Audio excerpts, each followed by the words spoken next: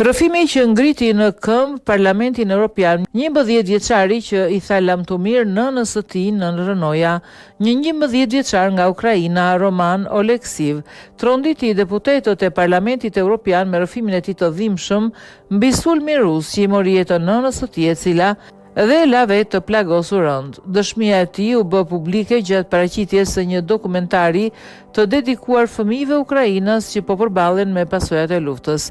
Ngjarja e rëndaton në 14 korrik 2022 në Vinutsia, kur 3 raketa ruse goditën një qendër mjekësore.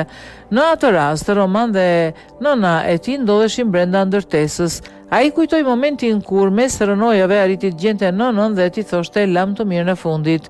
Sulmi mori jetën e 10 civilëve, ndërsa Roman u plagos rënd me djegje dhe dëmtime të thella në kocka. Ai qëndroi për më shumë se 100 ditë në koma dhe ju nënshtrua rreth 35 ndërhyrjeve kirurgjikale. Duke folur para eurodeputetëve, Roman theksoi se fëmijët në Ukrainë vazhdojnë të përballen me trauma të mëdha dhe u bëri thirrje vendeve të huaja të mos e ndalin mbështetjen.